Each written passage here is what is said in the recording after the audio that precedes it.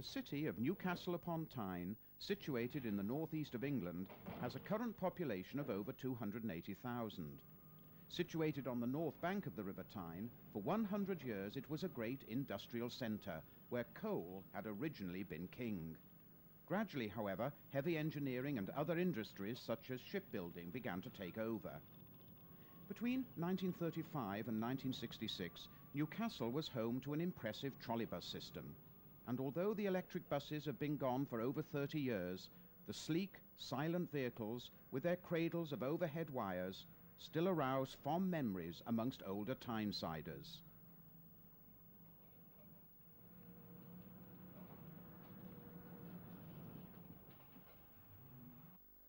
Horse trams had arrived in the city in 1879, electrification following in late 1901. Operating on standard gauge track, the network eventually radiated out in all directions from the city centre. This was one of the 100 cars ordered for the opening. It formed part of a group of Hearst Nelson single truckers and is now rebuilt to its original form. A few years after its delivery, it had been fitted with a balcony top cover. Sold to Sheffield in 1941, it was totally enclosed and ran for another 10 years.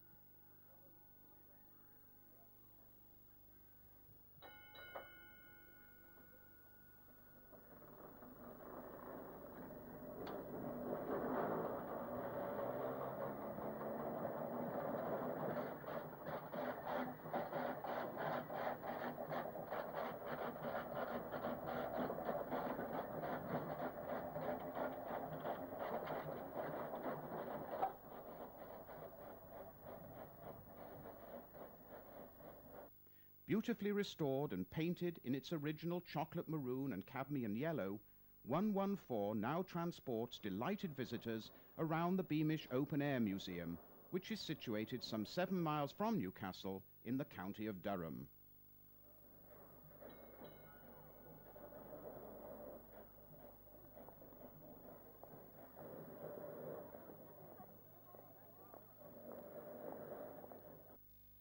Also at the museum is number 10, in the sparkling crimson and white livery of the former Gateshead and District Tramways Company, which once operated 12.5 miles of electric tramway in the borough of Gateshead, situated opposite Newcastle on the south bank of the Tyne. This company-built 48-seater dated from the mid-20s. By 1948, Gateshead had a fleet of 76 cars. To replace their trams, both Newcastle and Gateshead had powers to operate trolleybuses, but in 1950 the latter opted to relinquish them. In contrast, between 1935 and 1948, Newcastle replaced several tram routes and then continued to expand its trolleybus system until 1957. It was possible that these same two vehicles could have been seen together in central Newcastle. During the period 1948 to 1950, Newcastle purchased a totally new fleet of 2- and 3-axle vehicles. On abandonment, only 2 escaped into preservation, including 501, this Sunbeam S7 of 1948. Now part of the Beamish Museum collection, it is of considerable local importance in that it has a Northern coach builder's body, which was manufactured at the NCB factory in Newcastle.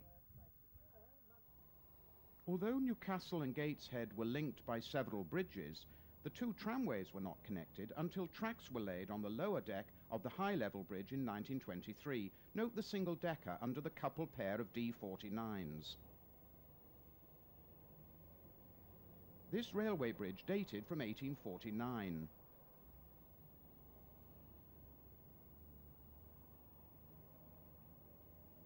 And the nearby swing bridge from 1879. When the impressive new Tyne Bridge opened in 1928, it also carried the last tramway extension to be built on Tyneside. The total length was 1,304 feet, with a central span of 531 feet. Its height above the high water level, 84 feet.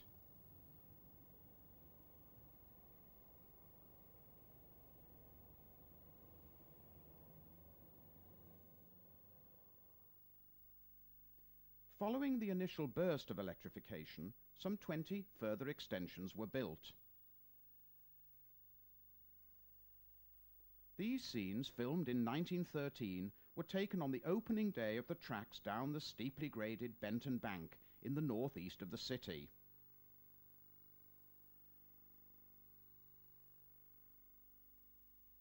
Later trolleybuses would also surge effortlessly up and down the same hill.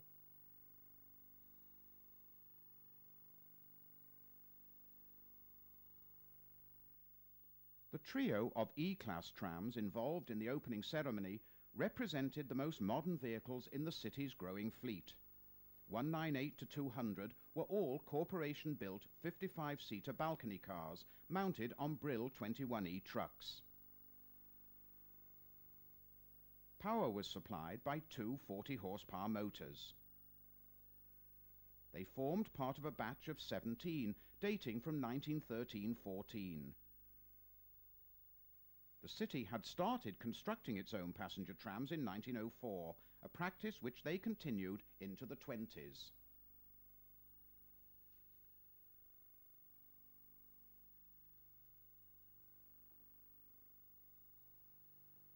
Led by number 200, the procession powers proudly up the 1 in 11 grade. Eventually, the E-Class were to total some 40 cars, some of which survived in service until after the Second World War.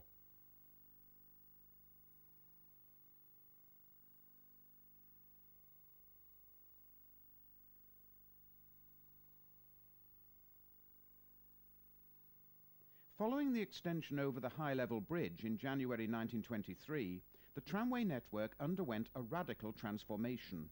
The public were now offered a comprehensive cross-river service with a complex pattern of jointly operated through routes. Gateshead local lines were also extended to various points in central Newcastle. Following the horse bus was a much rebuilt Newcastle Hearst Nelson car of 1902.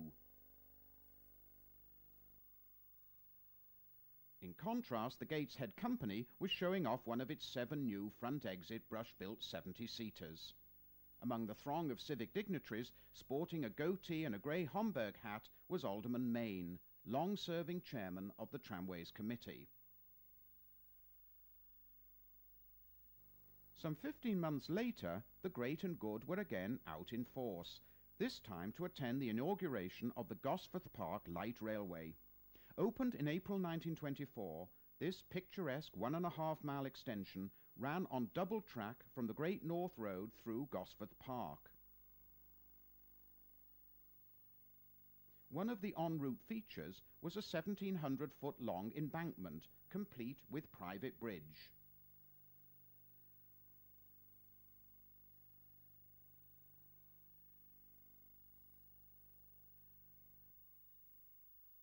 This is still in situ today.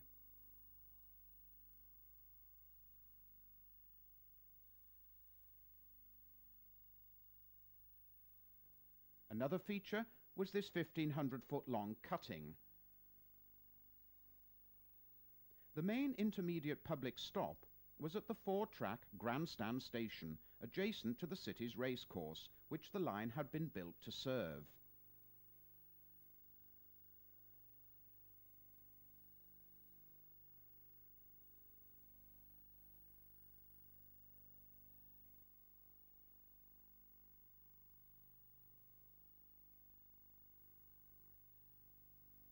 Passing through the gates marking the eastern limits of the park, these posts are still standing today, the trams wended their way back towards the city via a series of narrow country lanes, thus offering the possibility of a circular service.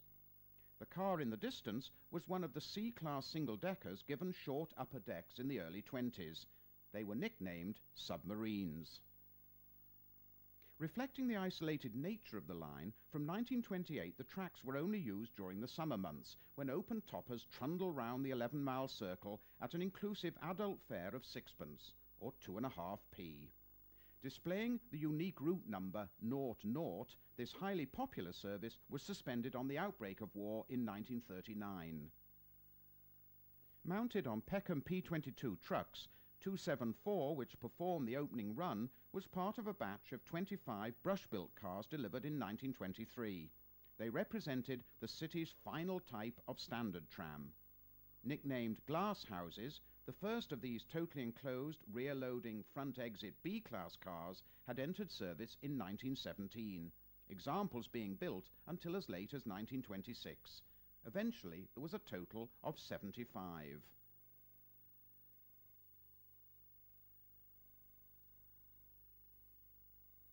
Amongst the crowd was the then General Manager, Ernest Hatton, seen on the left. Despite the plethora of cross-river trams, amazingly the private-owned Halfpenny Lops continued clopping across the high-level bridge until withdrawn in June 1931. At the start of the 30s, Newcastle had some 300 trams, operating over 51 miles of track, whilst the Gateshead Company had some 60 cars on 20 miles of track. But in Newcastle, the long-term future of the tram was about to be challenged. The city's famous blue buses had first appeared as feeders to the trams in 1912, but by 1930 they were serving many of the rapidly expanding outer suburbs. Trolleybuses had first been considered in 1911, but it was not until May 1934 that the City Council approved plans to obtain the necessary parliamentary powers. In debate it was argued that trolley vehicles would continue utilising locally produced electricity, and that some of the existing tramway infrastructure could easily be adapted. Also, by converting some tram routes, it would alleviate the need to renew miles of worn-out track.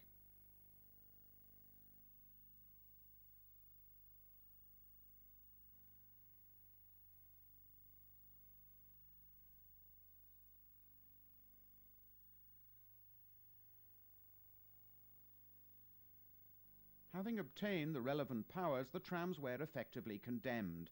However, owing to the outbreak of the Second World War, the last battered remnants did not finally bow out until 1950. The first east-west trolleybus routes began full public service on Tuesday, the 1st of October 1935. In the east, they displaced trams between the centre and Wallsend Park Road, whilst in the west, they extended beyond the old tram terminus at the Fox and Hounds by means of a two-way loop to Denton Burn. To evaluate the various vehicles on the market, chassis, bodies, motors and electrical equipment were ordered from different manufacturers. 10 to 14 had AEC 664T chassis, everything else being supplied by English Electric. 15 to 19 differed only in that they had brush bodies. 20 to 29 were Carrier E6As with Metro Camel bodies and Metrovic motors and equipment. 30 to 39 had Guy BTX chassis and Metro Camel bodies. Deliveries until 1940 were all either AEC 664Ts, Carrier E6As or Guy BTXs. The only exception was 112, which had a Daimler CTM6 chassis. All the dual-entrance metal bodies were ordered from Metro Camel until 1937. Number 78, delivered in the same year, had a row body of composite construction, 12 similar vehicles following during the next 3 years. 109 of 1938 had the first Northern Coach Builders body. Built in Newcastle, this handsome vehicle had a raised waistband below the upper and lower deck windows, as well as a flatter roof dome at the front. These first-generation trolleybuses were very much products of the period. This was a time of graceful streamlining. At the city's central station, the superb Gresley-designed A4 Pacific locomotives were regular visitors. Here, Silver Fox backs down onto a London Express, the Silver Jubilee, which consisted of Gresley-designed articulated coaches.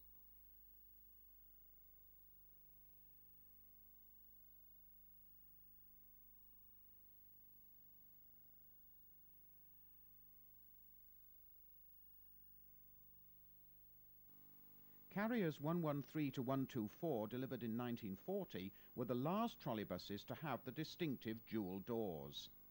The war prevented further tramway conversions, leaving some 250 cars on 31 route miles. To assist with increased loadings, trolleybuses from Bournemouth and Brighton travel north on loan. Then, in 1942, 10 elderly six-wheelers were purchased from Bradford. At first they kept their Bradford fleet numbers, but were eventually allocated the numbers 1 to 9 and 0. These English Electric veterans, dating from 1929 to 1931, usually only ventured out at rush hours, running from Pilgrim Street to the East End until 1948. Between 1943 and 1945, 6 much-needed utilities joined the fleet. All were 56-seater Carrier W4s, the majority having Park Royal bodies like these, the exceptions being 137 and 138, which had Waymans. All 16 had a relatively short life, the last being withdrawn in 1956. Despite wartime restrictions, the Elsick Road route was converted to trolleybuses in 1944. The closure also allowed for abandonment of the tracks leading to Wingrove Depot. The replacing trolleybuses were extended westwards. Only the Throckley-Scotswood trams remained in the western suburbs, but the semi-rural section beyond Scotswood was abandoned in 1946. After the war, tram scrapping began in earnest. Amazingly, F-Class 102 was to escape the torch. It was filmed here on the Great North Road just prior to the arrival of the trolleybuses. After languishing in various locations, it now forms part of the National Tramway Museum fleet at Cryche in Derbyshire. Built by Newcastle Corporation, 102 was one of a batch of 22 cars dating from 1903. Over the years, most were rebuilt, some with top covers, lengthened platforms, vestibules and extended top decks. Frequently, loads in excess of 200 were reputed to have crammed on board when carrying football and race crowds. This impressive veteran represents one of the largest trams ever to have run in Britain.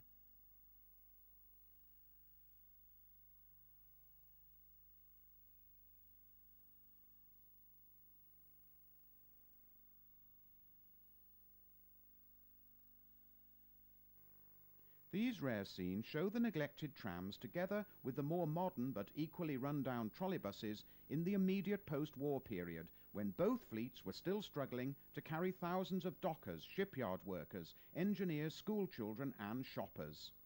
With shortages of spare parts and reduced levels of maintenance, most vehicles displayed obvious signs of wear and tear.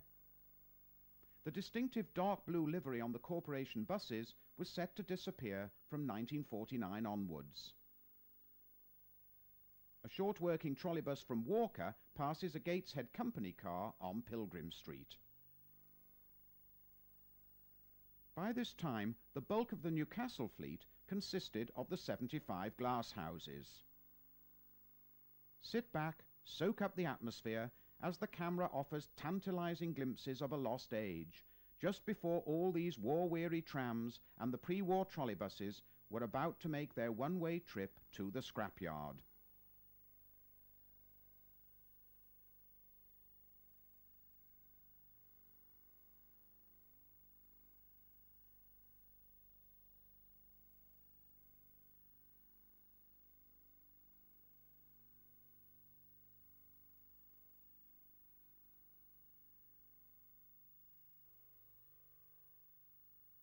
Coming up on the right, a brief view of the last A-Class Hearst Nelson number 120 of 1901. Probably because their parent company, British Traction Electric, were unenthusiastic about trolleybuses, the Gateshead Company opted to relinquish its trolleybus powers in 1950 in favour of motorbuses. This in spite of having costed a full conversion programme. Sadly, the prospect of corporation and company trolleybuses sharing the same wires had gone.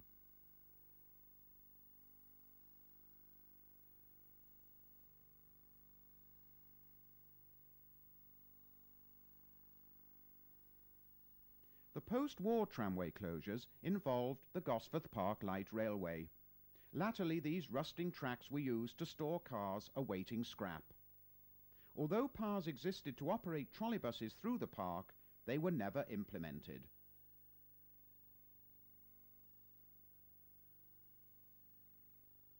The ears for the trolleybus wires were already in situ when these views were taken shortly before the Great North Road lost its trams in April 1948.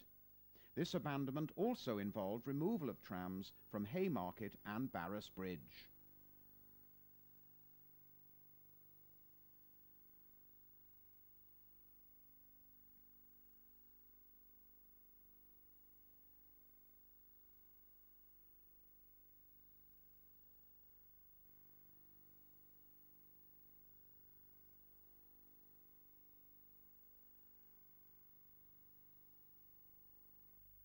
P-car-only trams continued to rattle out to the turning circle at Scotswood until replaced by buses in September 1949, regular service having ceased the previous October. Then, in March 1950, the remaining jointly operated routes with Gateshead finally came to an end.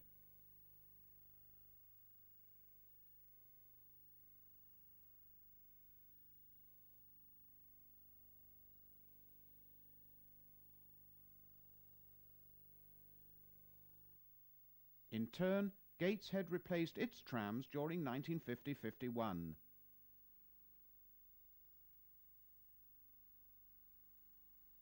These next views being taken on the last route to Dunstan.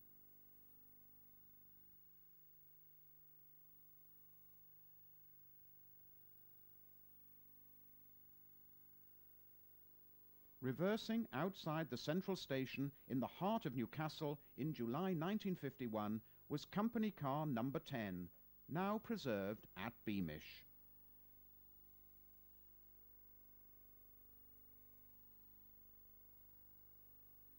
Approaching Central Station, having crossed the high-level bridge.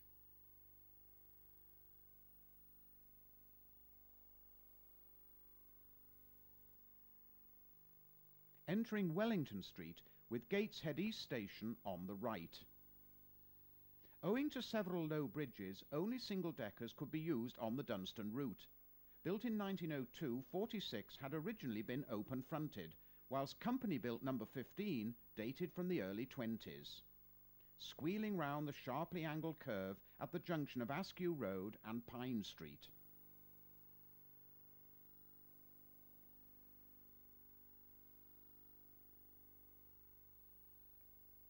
Straddling Gut Bridge, which had replaced a much older structure in 1934. Dunstan was a classic short-haul route, with single-track and loops serving a mixture of grimy industrial and residential neighbourhoods.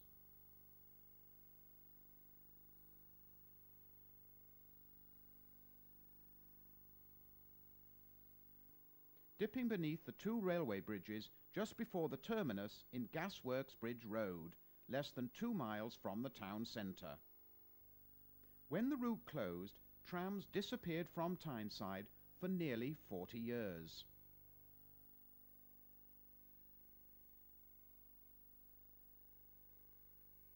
Then in 1990 they returned as part of the Gateshead Garden Festival. Intriguingly, the specially constructed track actually crossed the long-abandoned Dunstan route at right angles. The assembled fleet included a former London Transport experimental Feltham, which had ended its operating days in nearby Sunderland. And also the giant open-top F-Class 102. Unfortunately, none of the preserved Gateshead cars was available at the time. Back in 1951, there had still been a limited market for second-hand trams, so 19 of the Gateshead single-deckers went to Grimsby and Immingham, where one was converted into a general-purpose works car.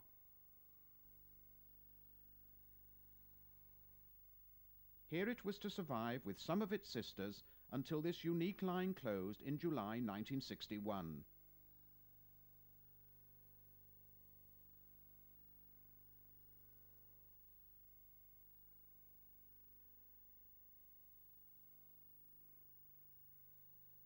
In 1946, Newcastle renumbered all its existing trolleybuses.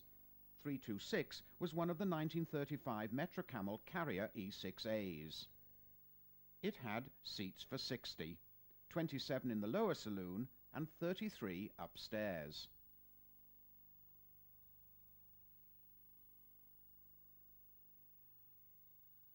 The The bulk of the pre-war fleet was replaced between 1949 and 1950.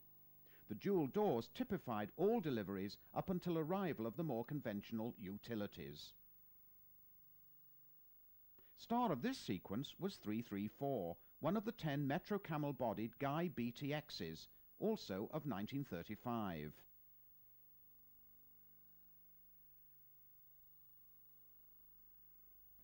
To operate new routes and to start displacing some of the original fleet, 20 30-foot-long, 8-foot-wide BUT 9641Ts with 70-seater Metro Camel bodies were delivered in early 1948. Built at the same time as the famous London Transport Q1s, 479 to 498 spent nearly all their active life on the Great North Road and were soon nicknamed Gosforth buses by the staff. For the tram conversions of November 1948, 30 Sunbeam S7s with 70-seater Northern Coach Builders bodies were ordered. Being long and thin, they were 30 foot by 7 foot 6 inches, numbers 499 to 528 were given the somewhat morbid sobriquet coffins. 3 batches of 2-axle vehicles were also delivered. Nicknamed Doodlebugs, 443 to 478 were Sunbeam F4s with 56-seat Metro Camel bodies. The second group, 529 to 553, were Sunbeam F4s, but this time with Northern Coach Builders bodies. The same firm also supplied the bodies for 554 to 578, which had BUT 9611T chassis. They took up service in mid-1949. The 2-axle fleet tended to be allocated to the various circular routes introduced in January 1949.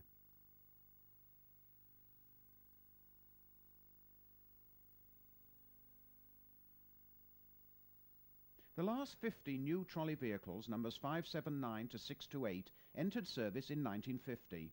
Being virtually identical to the 1948 batch of Q1s with Metro Camel bodies and BUT 9641T chassis, they were sometimes referred to as Q2s. By the start of the 50s, therefore, Newcastle boasted a thoroughly modern fleet of electric buses, which intermingled with the rich mix of other buses serving the city. For the celebration surrounding the coronation of the present Queen in June 1953, 2 trolleybuses were specially decorated, including BUT 596. Resplendent in gold and adorned with portraits and shields, both toured all existing routes. 1953 also witnessed withdrawal of most of the wartime utilities, although the 6 Park Royals continued until 1956. 431 had formerly been 131.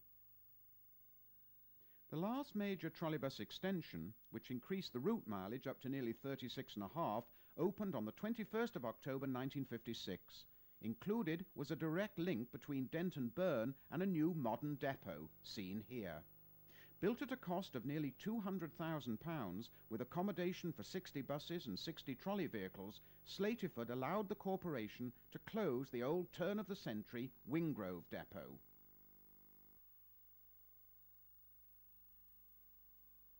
Access to and from Slateyford depot was considerably improved when in 1959 the junctions at Denton Burn were completely redesigned.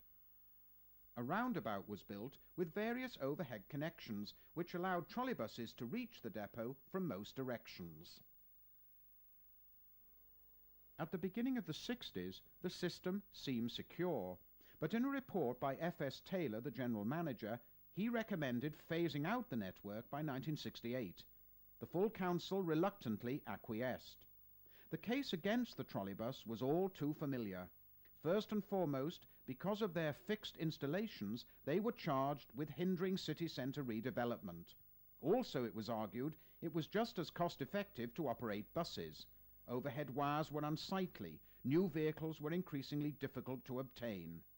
Strenuous objections were voiced, but to no avail. The undertaking had turned its back on the trolleybus. Within a short space of time, owing to central area road construction, notices appeared announcing replacement of the first route in June 1963. The 34s passed through areas of considerable contrast as they wound across town following much of the original wiring opened in 1935. At the eastern end, the trolleys were deep in shipyard territory, serving giants like Vickers Armstrong and Swan Hunter Wigham Richardson. In the borough of Wallsend, an area of tightly knit housing adjacent to the neighbouring shipyards, the reversing Y was situated in Vine Street.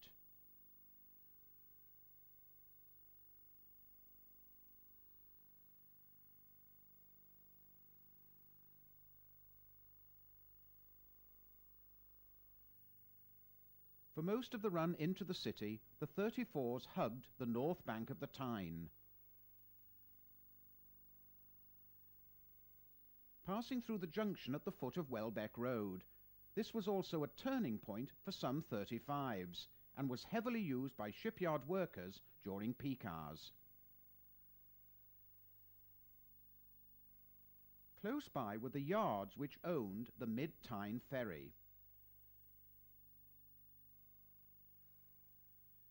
By 1949, the very frequent crossings were served by 3 diesel-powered vessels.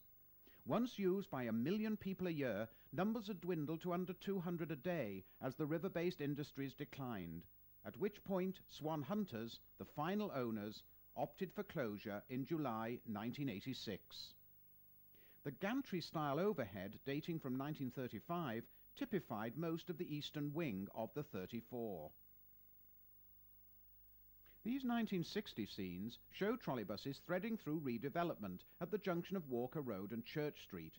As every other 34 terminated here, there was a 7.5-minute headway into town.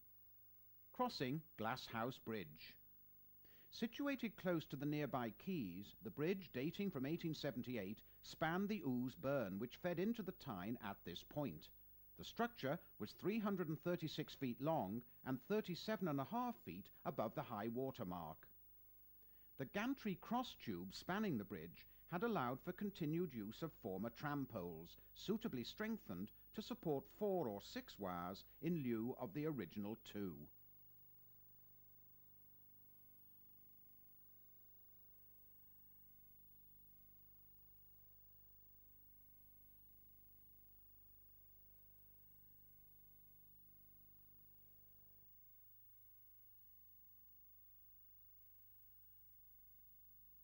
In the vicinity of Glasshouse Bridge was the intriguing single-track goods-only railway from Trafalgar Yard near Manners East Station down to Quayside. Electrified in 1905 by the North Eastern Railway, the 1-mile branch had 3 tunnels and severe grades of up to 1 in 27. Until February 1964, it was worked by 2 venerable Bobo locos built by the Brush Engineering Company. Third rail was used in the low-roof tunnel, but overhead in the yards, the changeover being effected by 2 hand-operated knife switches in the cab of the locos. For safety reasons, they were 2-manned and were restricted to a maximum load of 160 tons on the incline. Each train also incorporated a special 20-ton brake van with sandboxes on both open platforms. The branch was finally closed not long afterwards.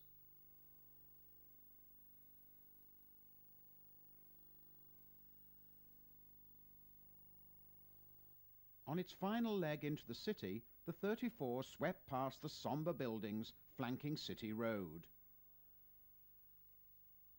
Yet more electric traction. At one point near Manners Station, the trolleybuses passed under the railway carrying the distinctive Tyneside electrics, introduced in 1904. These provided a circular service linking Newcastle with the coastal towns to the east of the city. The lines, having been de-electrified in 1967, now form part of the electrically powered Tyne and Wear Metro.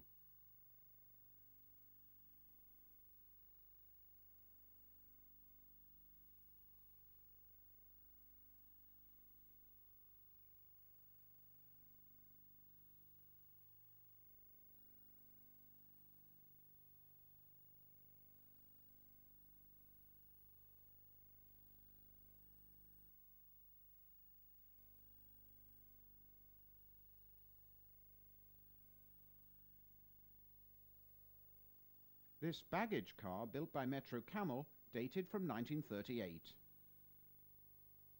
A trolleybus takes the S-bend leading from City Road into Mosley Street. Short working 34s turned on a nearby loop in St Nicholas Street. Passing close to the statue of George Stephenson, Tyneside's most illustrious engineer. Occasionally, operations could be disrupted. However, these sequences, recorded in the early 60s, show how swift action kept the trolleybuses moving, even when a nearby fire threatened to close the roadway. Under the watchful eye of inspectors, the drivers simply manoeuvred round the affected area using their batteries, the trolley booms being safely hooked down. Amongst accusations levelled at trolleybuses was one of inflexibility. In reality, with careful supervision, they were capable of overcoming most obstacles with the minimum of delay.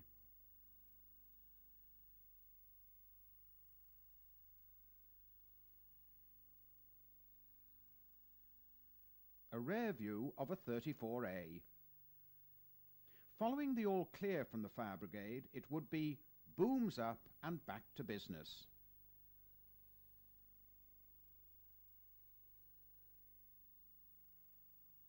On the west side of the city, the 34 ran out to Denton Square and was the first of the routes tackling Westgate Hill to be replaced, when as from Whit Sunday the 2nd of June 1963, Leyland Atlanteans took over, lopping some 10 minutes off the former trolleybus timing of 45 minutes. However, this was achieved by eliminating several stops.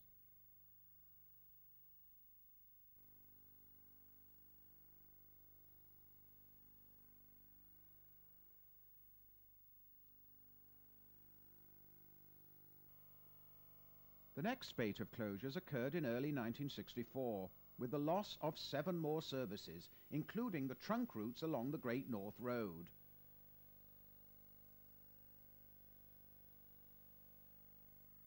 As well as those serving South Gosforth, Matthew Bank, and in Benton, Swarland Avenue. Also included were the circulars 39 and 40, which were not directly replaced. The closure wiped out the wires in most of the north and northeast of the city, where most of the routes served predominantly residential areas. Each abandonment reduced not only the presence, but the variety of trolleybuses in the city centre. This was because the corporation had decided to scrap the 2-axle fleet and retain the higher capacity 6-wheelers to the end. So, following closure of the 34, 9 of the NCB Sunbeam F4s have been withdrawn, together with all the remaining Metro Camel F4s, some of which had gone for scrap as early as December 1961. The February 1964 conversions allowed the corporation to withdraw all the surviving 4-wheelers, despite the fact that many bodies were in better shape than those on the Sunbeam S7s.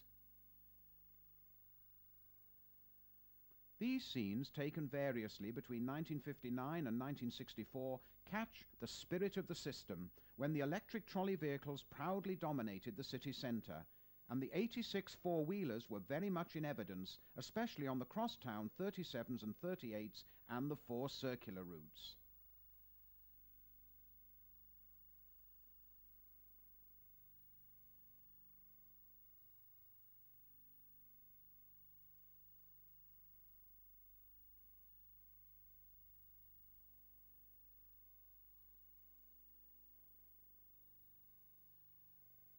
Traction action captured at key intersections. For example, Cook's Corner, where some 16 trolleybus routes thumped under the nest of wires at Newbridge Street, Northumberland Street intersection.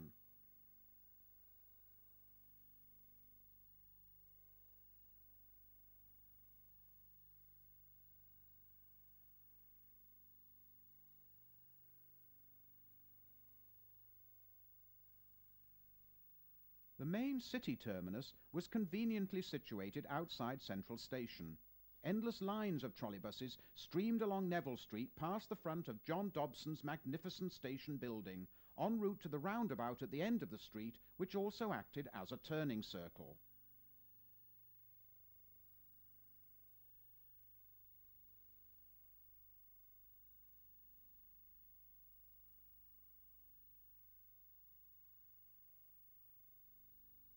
help alleviate congestion at peak hours, some buses entered the terminal loops by way of Buick Street and Clayton Street West. At the start of 1964, 7 services, including all the derivations of the 31, still terminated outside the station at the taxi rank. The 39 and 40 had also terminated here until April 1962, when they had been curtailed at Newgate Street.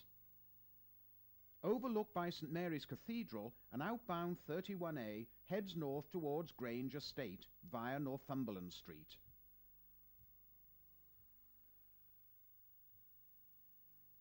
From this area in front of the station, trams had once loaded on 4 tracks, and from a spot close by, the last Gateshead cars had rumbled into oblivion in August 1951. 10 years later, the trolleybuses still seemed impregnable, with constant convoys arriving and departing, swallowing up the crowds emerging from the station and the nearby offices. Buick Street was used in both directions at peak hours.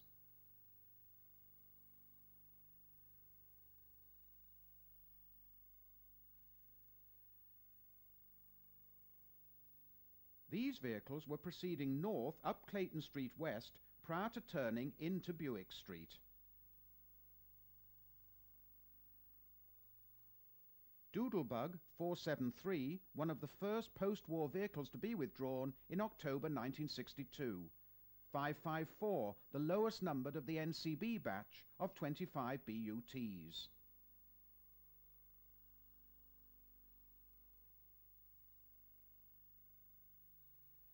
Rows of trolleybuses lined up at the lights. For example, in Pilgrim Street. These were very much synonymous with the Newcastle rush hour in the 50s and 60s.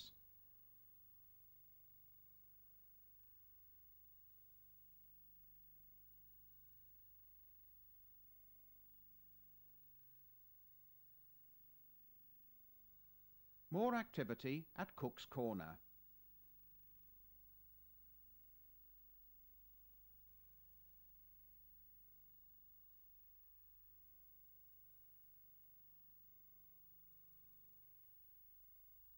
Here another Metro Camel Sunbeam was on a short working 35C.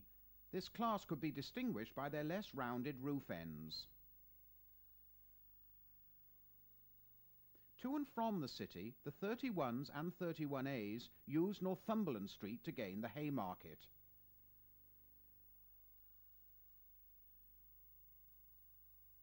Whilst the 31B travelled via Clayton, Newgate and Percy Streets.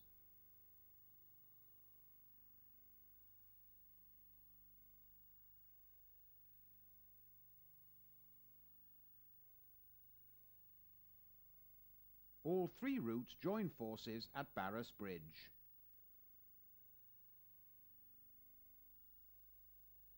Emergency repairs were being carried out to the heavily used automatic Frog, which separated the Great North Road and Jesmond Road wiring some distance from the actual road junction itself. In the opposite direction, a conductor has to alight from an inbound 43 to pull the lever to change the hand-operated Frog leading into Northumberland Street.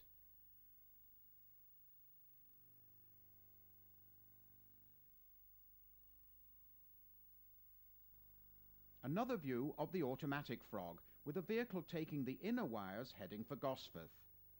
For such an intensive system, there were only ever 5 automatic Frogs, all being installed after the war. An inbound Q2 purrs towards Haymarket, overlooked by buildings in Jesmond Road. The X and F on this pole indicated a crossing and a Frog.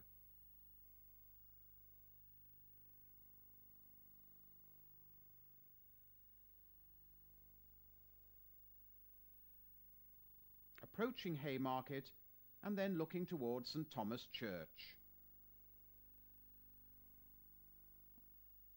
After passing through the junction with the pre-war Osborne Road services, the 1948 wiring took the trolleybuses speeding up the A1 for about a mile, with the open space of Town Moor on the left, before approaching the three-way junction with Grandstand Road and Jesmond Dean Road. This was another location to warrant an automatic Frog. Occupying the centre of the roadway, a four-wheeler prepares to make a right turn en route to Matthew Bank.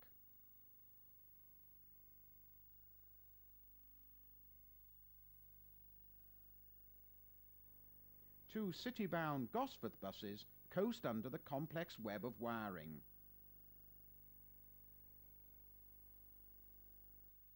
Southbound at Little Gosforth Bridge.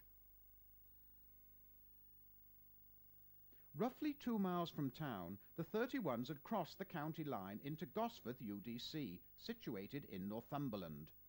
The busy high street, with its rows of shops, acted as a magnet for many living in North Newcastle. During the 50s, the trolleybuses all too often were reduced to a crawl, as the number of cars, lorries and vans on the A1 had increased dramatically. Heading north was a United bus, followed closely by a 1950 BUT.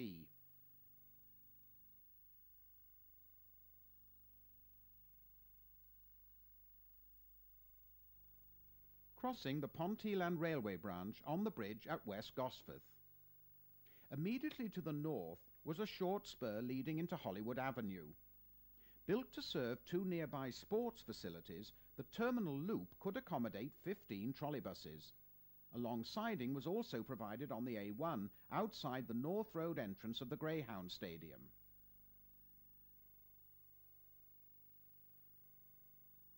Responding to the unstoppable growth in traffic, from 1950 the A1 was gradually widened, starting at West Gosforth Bridge and working northwards. Pulling the lever to activate the hand-operated frog, which will take this outbound 31A onto the wires leading to Grange Estate. Opened in October 1951, the quarter-mile branch catered for a new housing complex, as well as nearby government office buildings. The terminal loop, some 4 miles from Central Station, curved round a triangular green on the fringes of the countryside. Broadway West was a concrete thoroughfare with span wire construction throughout. Rejoining the A1 on the 22-minute trip to town.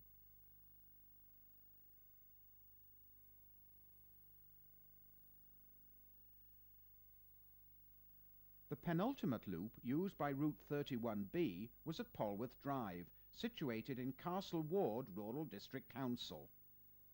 Again, it was nip smartly off, pull the lever, hop back and snatch a few minutes layover time.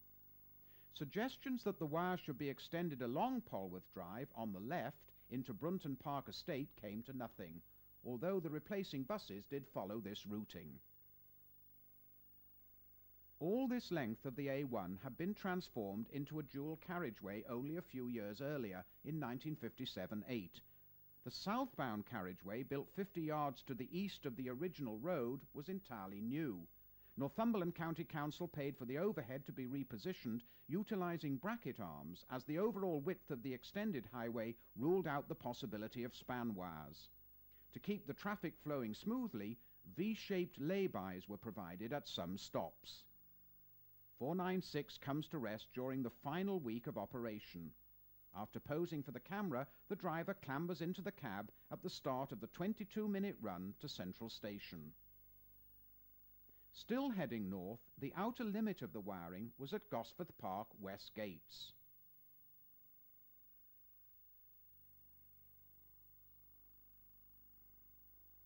Interestingly, this section of the A1 had not yet been widened.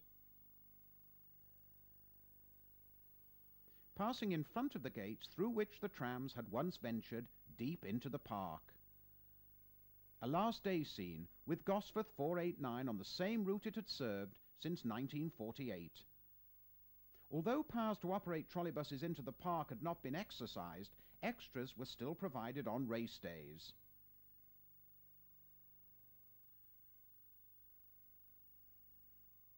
In the city, these normally loaded close to the Central Station in Buick Street.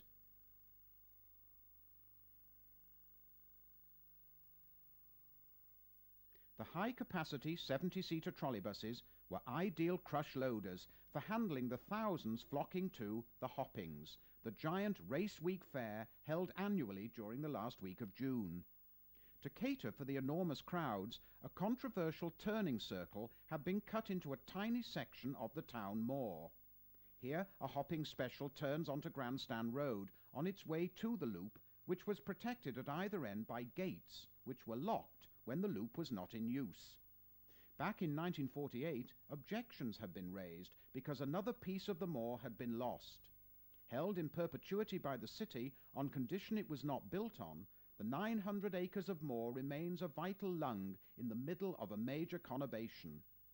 However, the Grandstand Road turning circle proved invaluable in reducing dead mileage and the number of vehicles required. It was last used for the 1963 hoppings.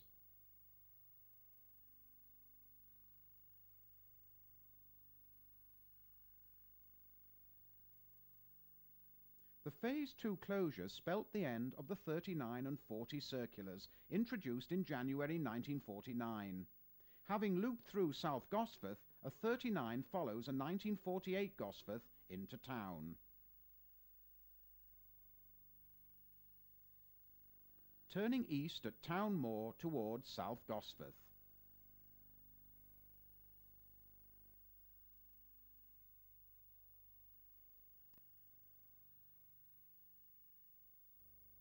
Twisting and turning through the hillier parts of Matthew Bank.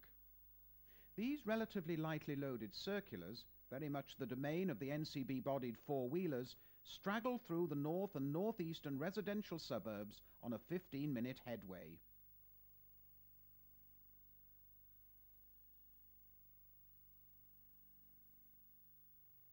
For the many employees at the headquarters of the Ministry of Pensions and National Insurance, a lengthy siding was provided on Benton Park Road. For the same purpose, there was another siding as well as a turning circle at Swarland Avenue, terminus of the crosstown 37s and 38s, both of which ran to Denton Road terminus in the West End. The 37 via Heaton and the 38s by way of Jesmond Road.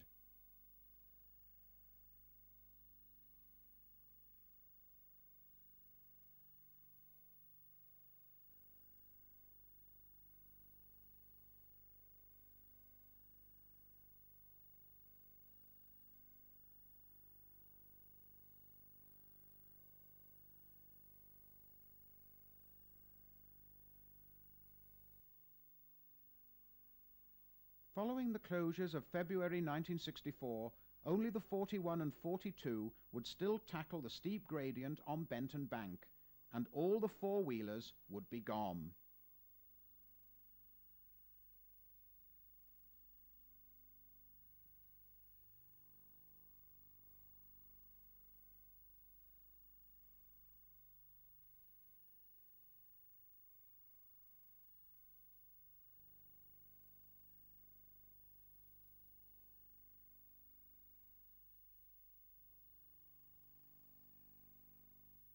At full throttle on the stretch of Jesmondine Road immediately before the bridge over the railway at Ilford Road near West Jesmond Station.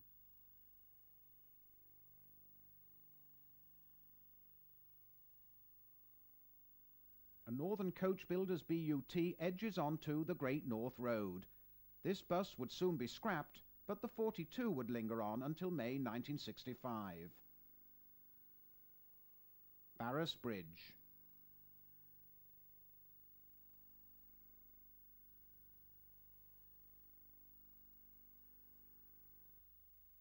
This quartet at the Granger Street Market Street junction offers a wonderful reminder of the Newcastle system at its peak, when part of Granger Street once carried 168 trolleybuses an hour at peak times.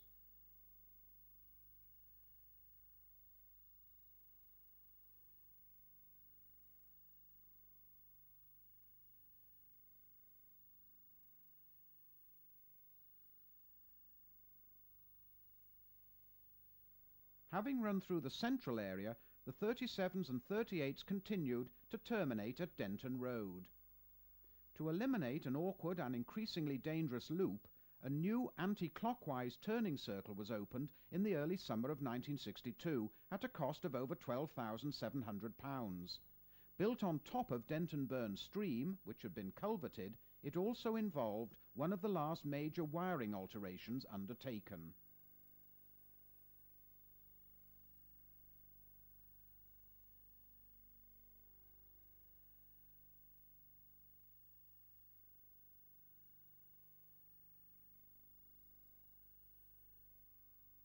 It was now time for the remaining four-wheelers to be pensioned off. Most of these 56-seaters had only clocked up some 15 years of service, the majority still being structurally and mechanically sound when sold to the scrapman. BUT 567 showed off the smart lines of its locally built NCB body as it swooped towards the foot of Neville Street.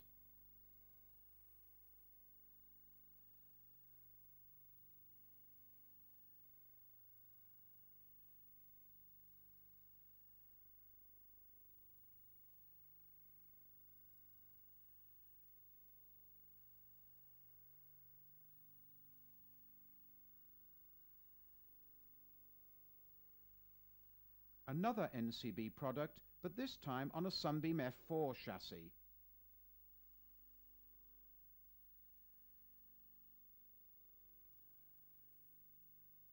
Finally, sister vehicle 531.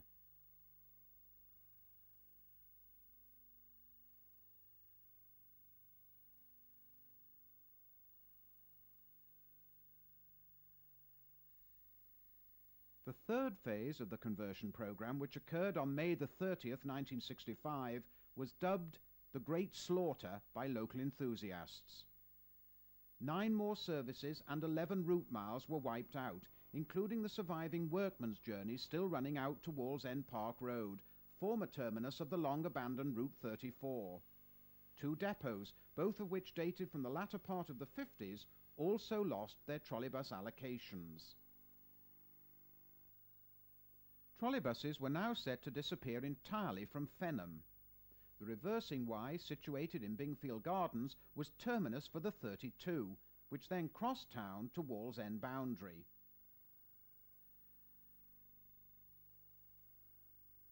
The wiring in the background on the right led into Slateford Depot.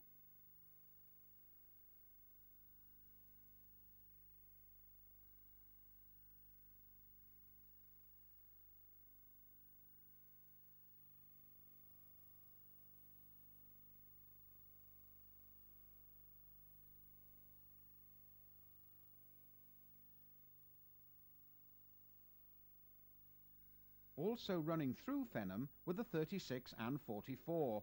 These form part of the complex pattern of routes introduced in October 1956.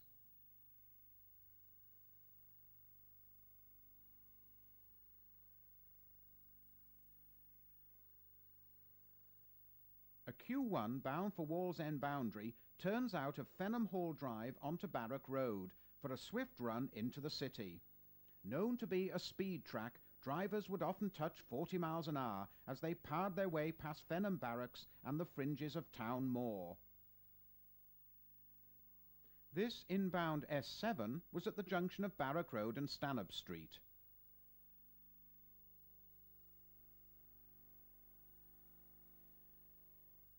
Across town in Walkerville, the 32s travelled along Shields Road, dipping under Skew Bridge, which carried the Tyneside Electrics. A 5-mile-an-hour speed restriction allowed the trolley booms to be forced down and out to the side of the low bridge.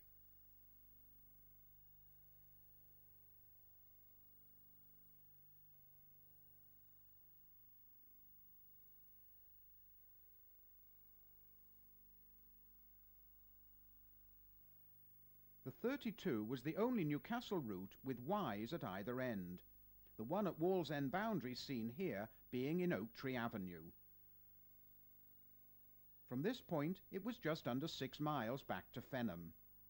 The Y was also used by certain workmen's services running to various parts of the West End, and for depot journeys to Byker.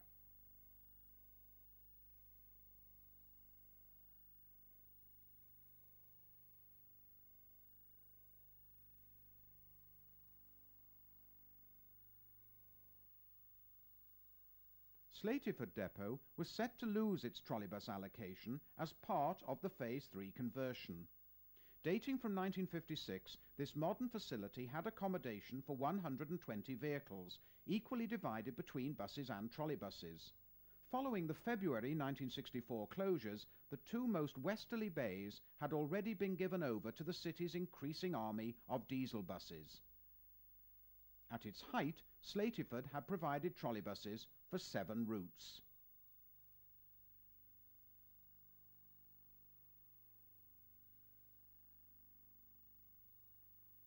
This Q2, the lowest numbered of the group, had just completed a spell of duty on the 43. All the wiring at the junction of Netherby Drive and Silver Lonnon, including the access up to the depot, had been erected in 1956 and was under 9 years old. Skimming south along the Lonnon towards Denton Bank and the roundabout installed in 1959.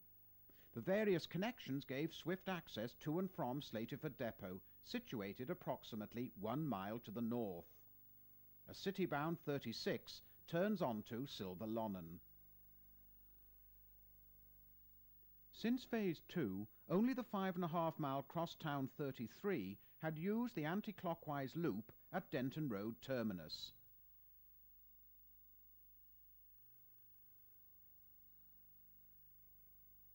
The reverser at Delaval Road, where the Ministry of Transport had originally wanted a turning circle, was destined to survive the Great Slaughter, becoming the western limit of the 35C. Drivers using this Y had to run back at an angle onto the steeply graded street before drawing forward to cross onto a short siding situated on the north side of Benwell Lane.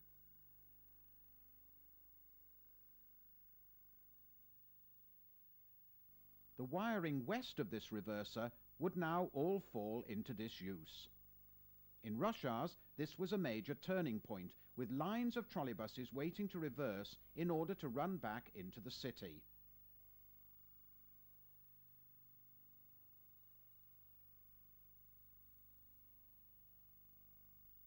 Probably the most unusual Newcastle reverser was to be found half a mile away, amongst the older property near Benwell Church.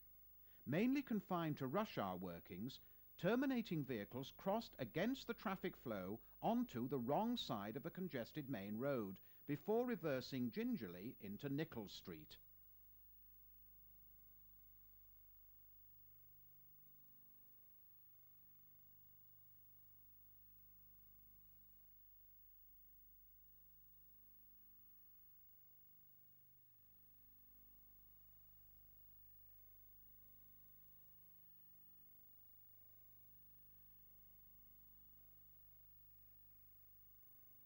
The top of Westgate Hill was known locally as Big Lamp Junction, after the multi-globe gas lamp which had once illuminated this intersection. Prior to May 1965, 13 routes either terminated or passed through central Newcastle. Most of the major thoroughfares still nestled under the shadow of tons of overhead wiring. However, following Phase 3, the role of the trolleybus would diminish drastically. For example, only the 35s would still skirt round Gray's Monument, and routes would no longer terminate at Central Station. Prior to the conversion, 3 of the routes still running to and from the station were actually interlinked and operated by the same vehicle. For example, a 44 would depart for Fenham, change there to a 33 or 33A, and make a cross-town journey to Osborne Road. Journey time 53 minutes, for just under 10 miles. Then it would return as a 43 to Denton Road, where it would again change, this time to a 36, for a trip to the station via Fenham.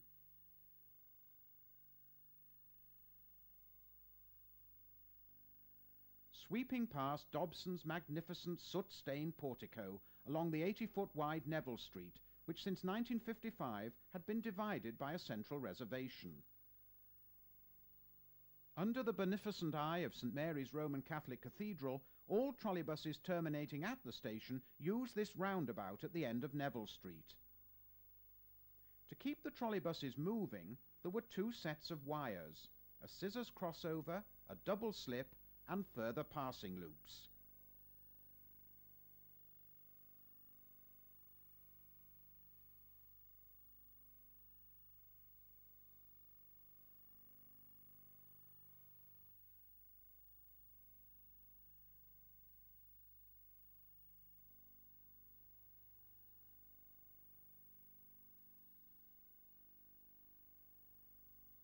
The P-car-only 33B avoided Central Station by operating to and from Monument Siding at Eldon Square to either Benwell Church or Delaval Road, thereby providing much-needed extra capacity on the densely populated Elsick Road. Turning for Monument Siding, a somewhat dingy 479 noses cautiously from Clayton Street into Blackett Street.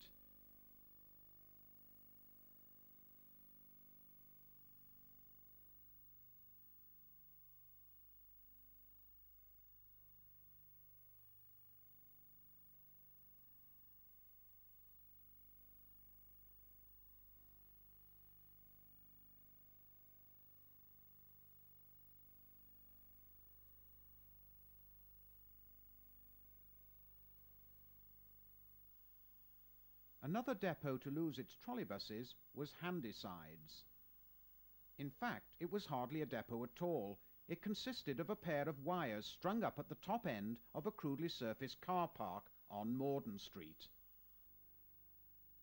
As such, it offered open accommodation for a dozen trolleybuses and was probably first used in January 1958 to partially replace Haymarket Depot, closed the previous December.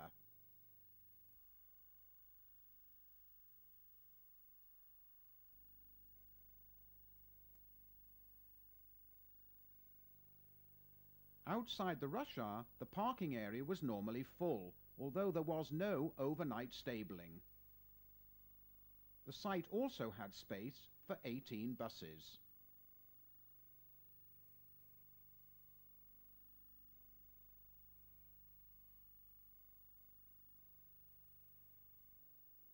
Further wiring set to disappear included the 2-mile prong into Jesmond, an area of tree-lined roads and owner-occupied houses.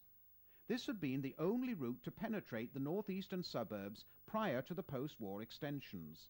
The terminus at Osborne Road consisted of a one-way loop, used latterly by 3 cross-city services. The 5.5-mile 33 to Denton Road, the 4.75-mile short-working 33A to Delaval Road only, and the 43, which formed part of the complex pattern of routes extending into the western suburbs and eventually ending back at the station.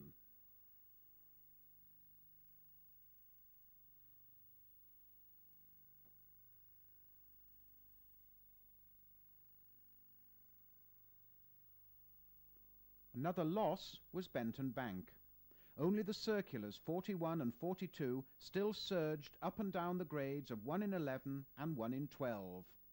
This S7 on the clockwise 41 will shortly turn south onto Heaton Road. Journey time for both routes, 36 minutes, to complete the 5.25-mile circle. Since their inception in 1949, these 2 services had until February 1964 been the preserve of the 2-axle fleet.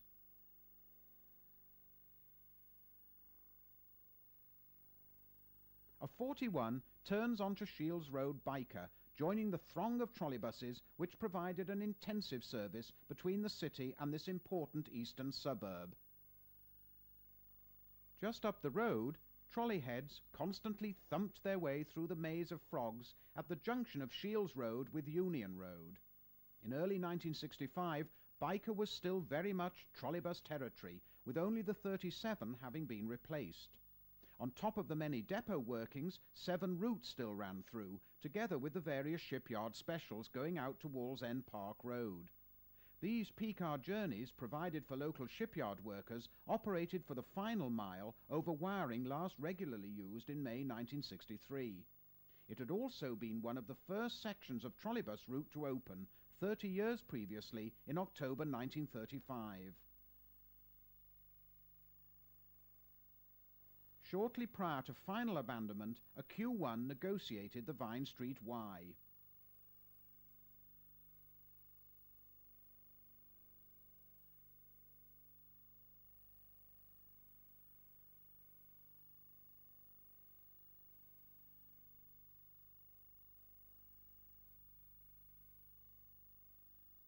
More familiar vehicles were now on their way to the scrap merchant, including all the remaining Gosforth buses, the 1948 Q1s.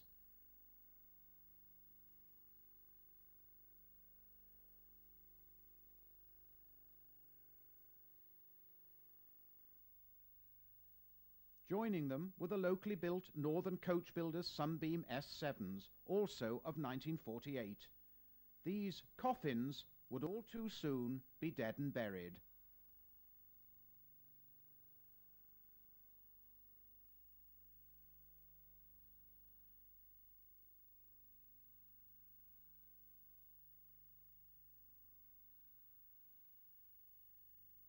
Inroads were also made into the 1950 BUTs, 11 of the class, including 598, being withdrawn after the Phase 3 conversions. This would leave just 39 Q2s in stock. Despite the end being in sight, although no precise date had yet been announced, major redevelopment led to substantial alterations being made to the overhead in Walker, following withdrawal of trolleybuses from Church Street. As from the 22nd of August 1965, the 35s were extended from Welbeck Road via Proctor Street to its junction with Church Street, whilst the 35As were cut short to share the Westbourne Avenue reverser with the 35Cs. All 35Bs were withdrawn. The next sequences were taken during the final months of operation. As from the 1st of June 1965, the 35C only operated irregularly on weekdays, but all day on Saturdays. The closure of Church Street had allowed for the building of the Church Walk Centre in what had been the old village of Walker. For their final 14 months, the 35s turned on what was probably the last new reverser to have been erected in Britain. Surrounded by increasing demolition, the wiring straddled the junction of Proctor Street and Church Street.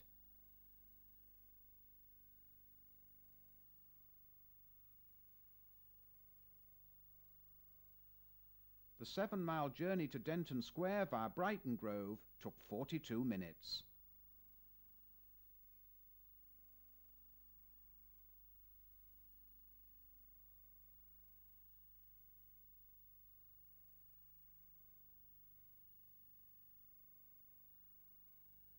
Rush hour extras still turned at the foot of Welbeck Road to cater for the workers pouring from the adjacent yards and factories.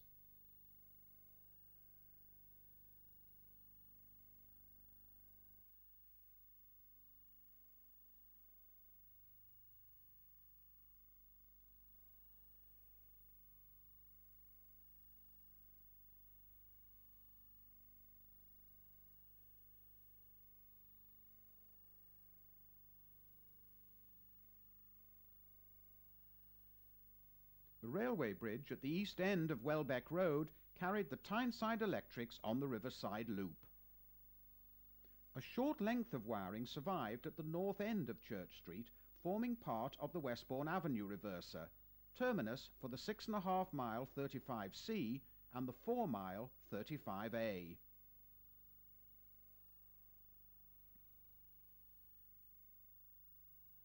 From this point, the various 35s shared common wiring to the city centre, passing en route the rarely used biker reverser, situated at the busy intersection of Welbeck Road and Bottle Street.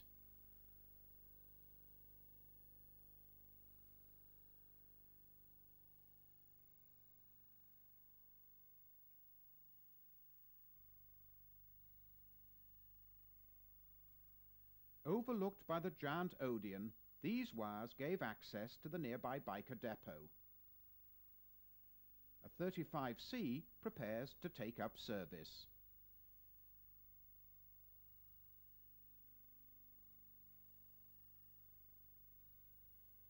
Denuded of adverts, a city-bound Q2 emerges from the southern entrance of biker depot.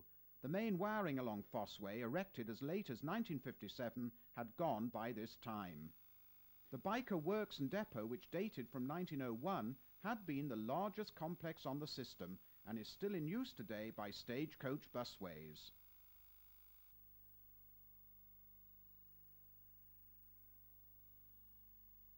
Opened in 1878, the 1,130-foot-long biker bridge cuts across the Ouse Burn at a height of 80 feet, making it the longest and highest structure in the UK to be traversed by trolleybuses. To the north and slightly at an angle, it was paralleled by the older railway viaduct. To withstand strong winds, the traction poles on the road bridge were elaborately stayed to achieve maximum rigidity by using gantries and bracing wires. A Foden breakdown truck tows a disgraced trolleybus back to Byker.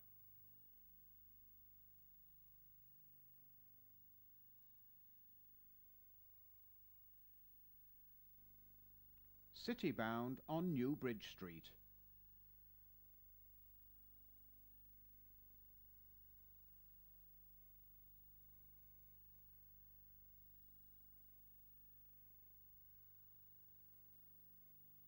A 35C prepares to turn onto Market Street.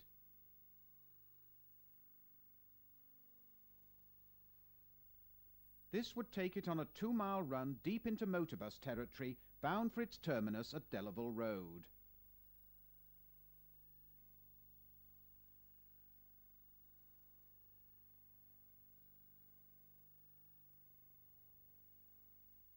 Overlooked by the old YMCA, a trolleybus skirted an obstruction in New Bridge Street. Eldon Square.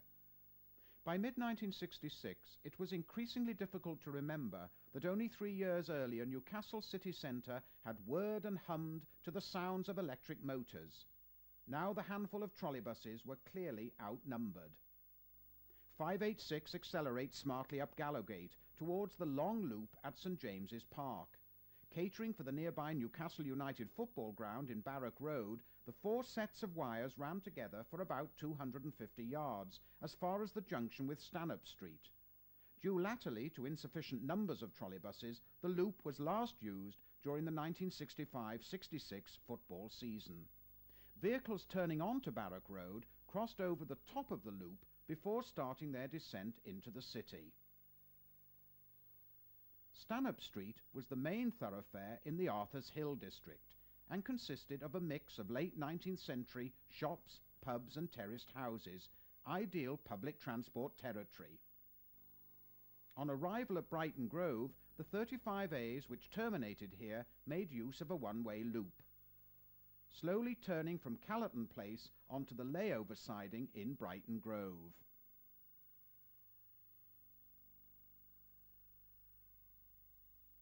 Having come from Denton Square, this city-bound 35 pulls up at the same stop. On Westgate Road and West Road, the 35s followed the course of the original trolleybus route as far as the Fox and Hounds.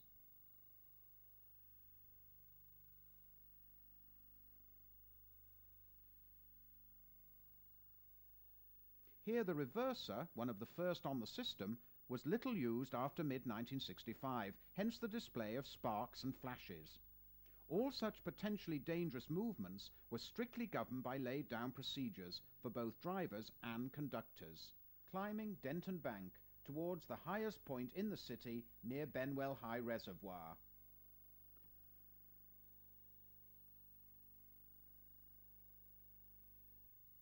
To avoid turning on the trunk A69, the terminus at Denton Square consisted of a lay-by built on private land. Since June 1963, it had also been shared with Atlanteans on the 34, which then paralleled the trolleybuses all the way to the turn-off at Brighton Grove.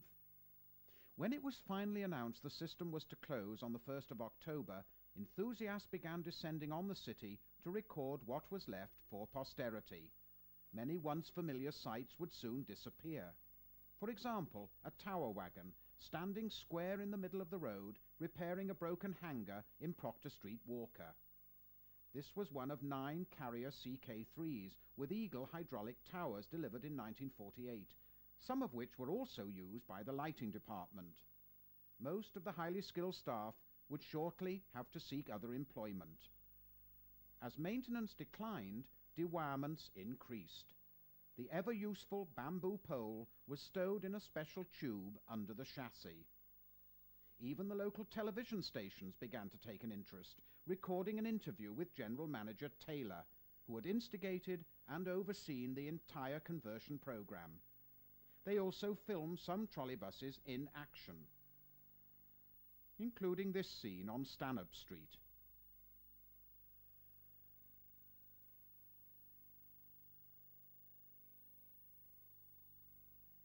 they recorded a special tour organised by the Huddersfield Trolleybus Preservation Society. Those on board were eagerly filmed, noting every aspect of the vanishing scene.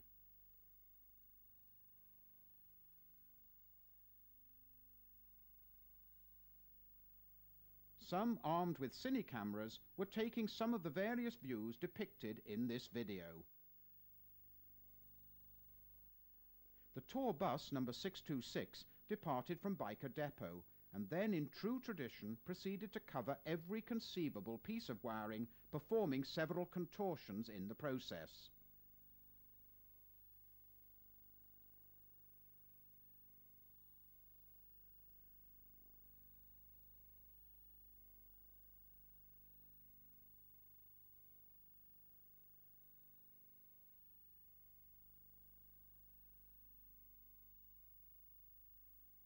Another dewirement, this one requiring use of the rear emergency window to give access to the roof.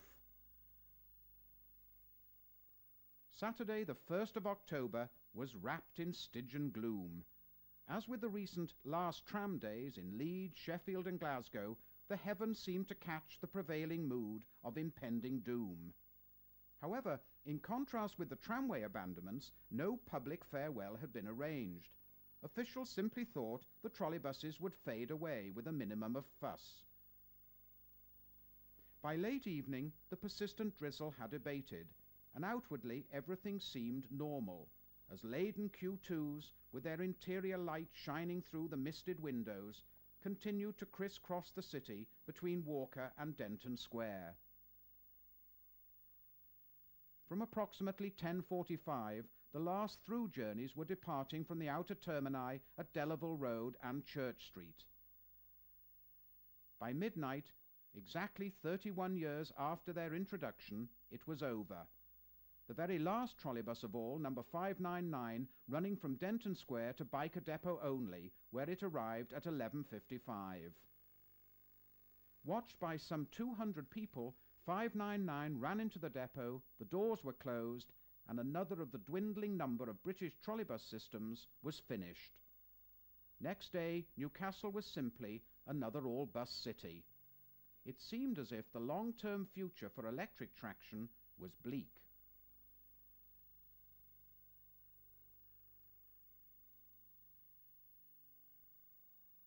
Huddled and forlorn, the 16-year-old BUTs awaited their fate at Auto Spares, a breaker's yard in Bingley, Yorkshire.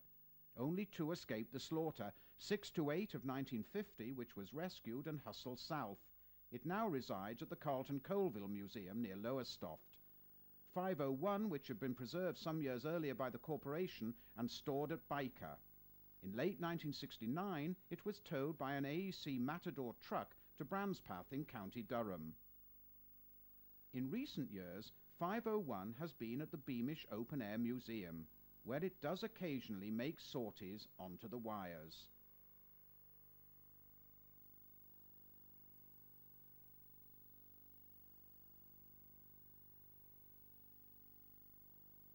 Some of the profit from the sale of this tape and our companion tape, South Shields Trolleybuses, will go towards fully restoring this magnificent Sunbeam S7 with its Newcastle-built Northern Coach Builders body. For full details relating to the South Shields video, see the end of this tape. When the long-established Tyneside Electrics finally gave way to diesel trains in 1967, it looked as if the demise of electric traction in the area was complete. However, common sense prevailed, and Tynesiders have benefited hugely from investment in the Tyne and Wear Metro, opened in stages since 1980. These scenes show the prototype unit operating on the test track at Middle Engine Lane, Wall's End, in the late 1970s.